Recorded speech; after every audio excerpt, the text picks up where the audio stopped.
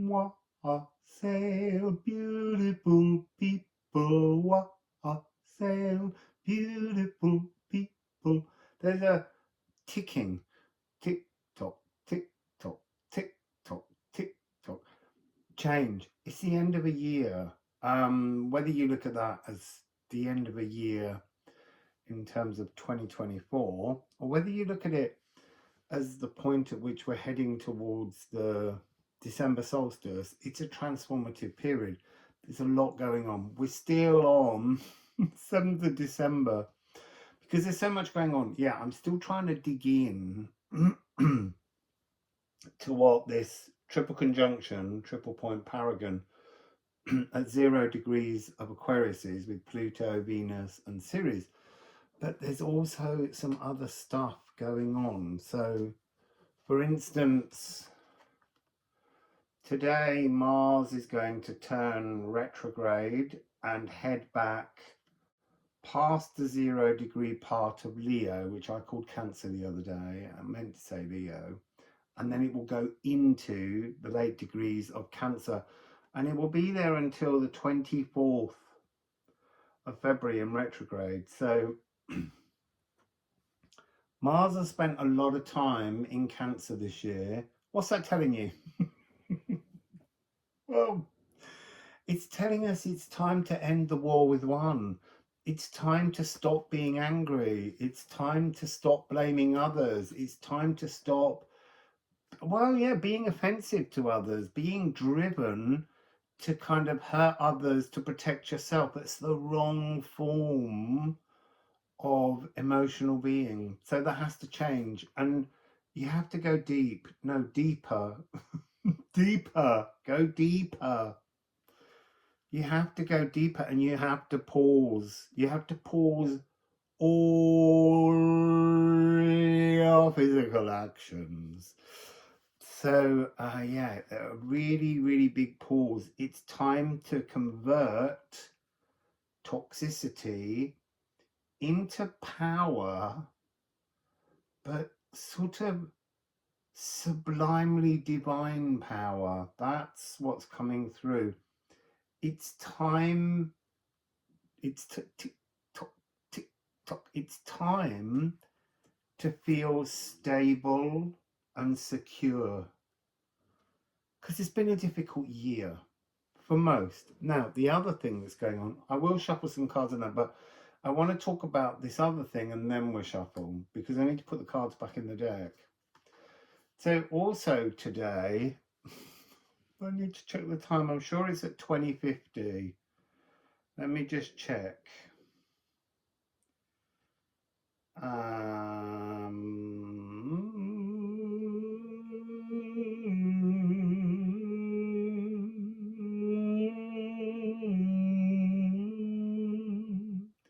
Yeah, 20:50 GMT Universal Time at 16 degrees 15 minutes. The Sun is obviously in Sagittarius, but it will be in exact opposition with Jupiter, which will be in at 16:15 of Gemini. Now look, if ever there was an Janus Geminis of healing, it's this moment. Because this is, it's quantumly entangled cleansing of the sacral. No, sorry, solar plexus. Get it right. So let me give you those two notes.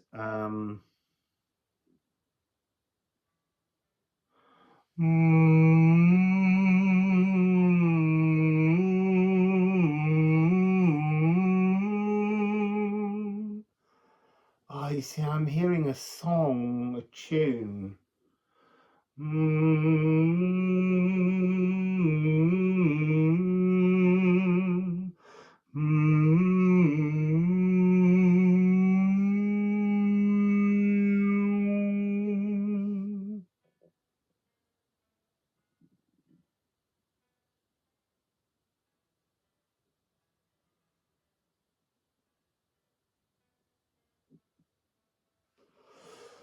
I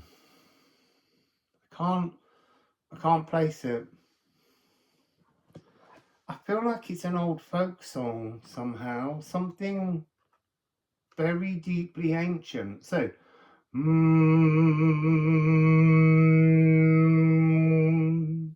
E of the Sun, G of Jupiter, a quantumly entangled healing.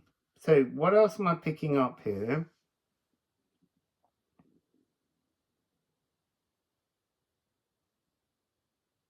There's this real all supporting energy. You see, I wanted to say I can see gold being polished, but gold doesn't really dull. That's the thing. It's almost like a forgotten or a muddled energy. It's almost like cosmically, societally, it's almost like saying, because I couldn't even say solar plexus, it's like it's been banned. It's like someone's gone, you can't have the sun anymore. And you see, and there's been an awful lot, I don't know, throughout the world, but in areas I've been in, there's been a lot of whiting out of the sky, not seeing the sun. And I would guess that in some ways it will be showing itself, presenting itself in different formats, like an absence of the color yellow. There's something about this energy, like almost you're not allowed to laugh. All of these things are coming through, and this is what's entangled with Jupiter in Gemini. And remember, Gemini is the Janus Geminis, it is the tunnel. I'm trying to feel in, because this doesn't feel like it's anything to do with the tunnel of Pluto walking through Capricorn. This is something else, but I can't work out. It feels older, much older, like you weren't allowed to laugh for a few years.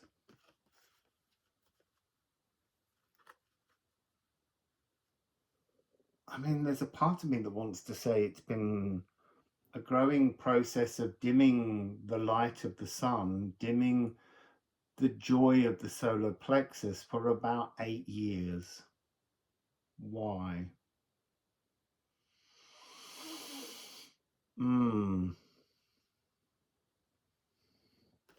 It's been dulling our ability to divinely shine. Yeah, there's been moments where we shine, but it's not been a divine shine. That's what's coming across here. Radiant, vast oneness. Radiant, vast oneness. That's coming across. To be in a generous, animated equilibrium. That's coming across. Increasing fire with air. There's this notion that we personally have to look after the gently increasing our passion for something new. That's what seems to be coming across. So I need to also remind us that on the 12th of December, Venus will go into opposition with Mars, but that will be another reading. But so it's something to do with what I'm about to shuffle about Mars going retrograde, and how Mars will go into opposition with Venus, and then later again back in opposition with Pluto.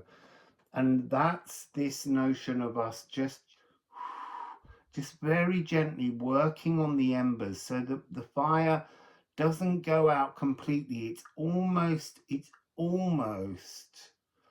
gone out, or it's raging. That's the two things. And in which case then you need to blow to calm. Somehow you need to fan down the flames. There's two energies here. There's an intense fury and there's a gentle, calm approach to your heart's desires. But both need a kindness, both need a gentleness, both need to be just so in order to achieve.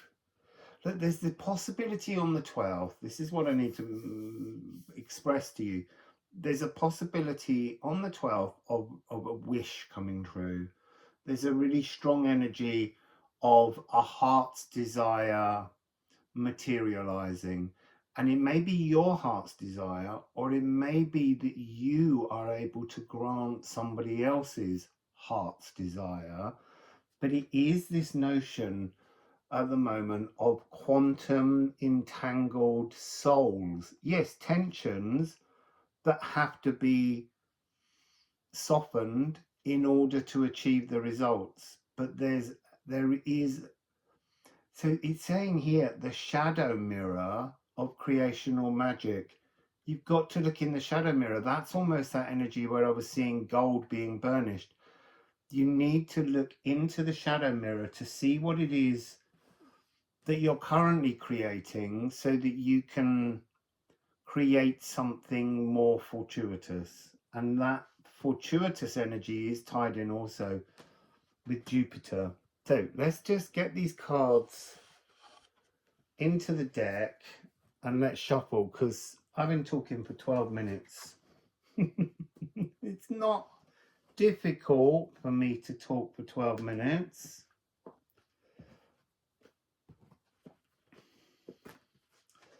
So they're all back in there. I think we might, no, we're going to begin with these. I might not even touch the runes. Who knows? So this is the 7th of December, but this is not straight back out. Right, so Mars is going retrograde. And it is a divine moment. It's preparation for this precipitous outpouring of love, which is the moment when Venus and Mars will be in opposition to each other. She will be in Aquarius at 10:44 on the 7th, 10 a.m, 44 minutes GMT Universal Time. And it's at 5 degrees 58 minutes that they reach an exact. It's just, I'm curious because obviously Mars came out. I said Venus will be in Aquarius at 5 degrees. But also Leo came out, which is where Mars will be at 5 degrees. So I just wanted to get a confirmation on that energy. Then we have Cinnabar, core ore, being in control of something. So there's something we need to adjust, and then I think continue to mold in somehow our solar plexus. There's a link here between what's going on with the Sun and Jupiter cleansing and what's going on here as we head towards the 12th. And then we have Sappho. See, this is emotions. This is transforming the emotions. Look, we have this kind of almost triple Venus symbol taking positioned at 5 degrees 58 of Aquarius, and that's on the 12th. So we've got this period now over the next few days, 7th, 8th, 9th, 10th, 11th, 5 days to work with this. But so there's a reshaping of the core ore, but it needs somehow to be moved. There's something here where one of these is Mars, soft Mars, gentle Mars, crocus of Mars, but being shown to us in representation as just this precipitous outpouring of love. For who? For you, to sort of calm us. This is, it's coming with 88, so this is self-actualized salvation. And again, we have a kind of energy here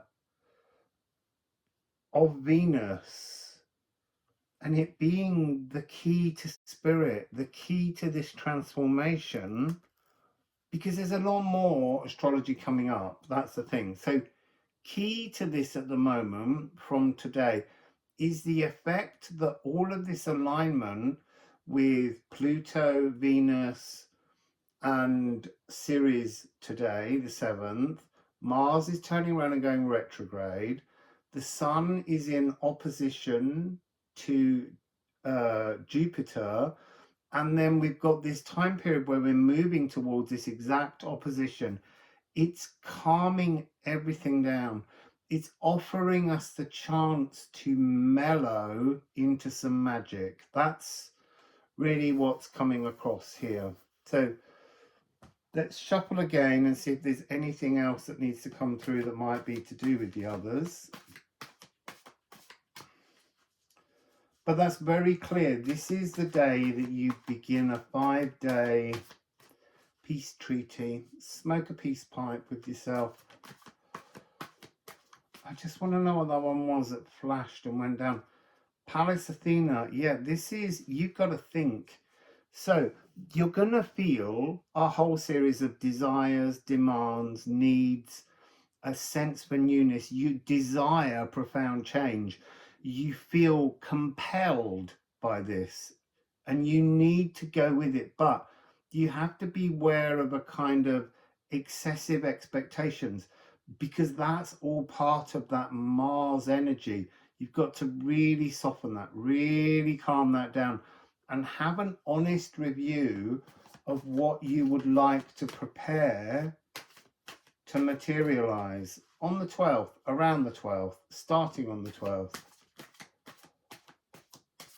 But if you've still got rage, fury, or irritation, oh, I see, and then all the cards fell out. That's exactly what will happen. There'll just be an explosion that you can't deal with. It's weird though over here. This one wants to be a message, which is golden tears of acacia, but not, they're not coming across as the tears of joy. These are coming across as stuck in opposition because you were not willing to observe transformation. And what's interesting, in this pile, it's like the pile of, oh, it's really interesting. I am going to have to just kind of rapidly show you it. It's all the things you wished for but never got. And you never got them because you never dealt with calming the frustration. So the first message was, hidden in all of this, behind everything, is love. Behind the rage of Mars is love. This notion of singing yourself into the golden path is lost because you did nothing. Venus, the crocus of Venus, the receiving of your true desires and wishes is lost because you didn't calm your Mars down. Trusting in your ability to atomize pains to calm your Mars down. To calm your Mars down. And then here, coming together with the moon in Taurus, which we're still in. We're still in that full moon in Taurus. That won't change until the 15th when we get the next full moon, which will be in Gemini. So these are lost hopes if you don't calm your Mars. Whoa. So I don't know how I'm going to edit that little splurge. And I don't know how long this video is now because it's in 2 pieces. So is there one last message? Calm your Mars. I don't know why I'm shuffling. That's the message. You need to calm your Mars down. You need to love your Mars. You need to appreciate how it has helped to keep you safe at times, but how at other times, you see this, I can't put all these cards up, but look, Pluto, this moment with Pluto being at the 0 degrees is the moment to kind of deify. This is the gifting of the dream. And being in conjunction, this energy is talking about that triple point, paragon, triple conjunction that's taking place. I pulled this away between Mars, Venus, and we just had the crocus of Venus. It's all in its sublimeness. But there's also this energy of don't go down the wrong path. It's time to skip the anger track. And that will allow the Ophiuchus bolt from the blue. So that's the new moon that just happened on the 1st. Calm your Mars down. I'm not going to shuffle anymore. Calm your Mars down. See, I want to go, will you not calm your Mars down? Calm your Mars down. So that's the message. Wassail.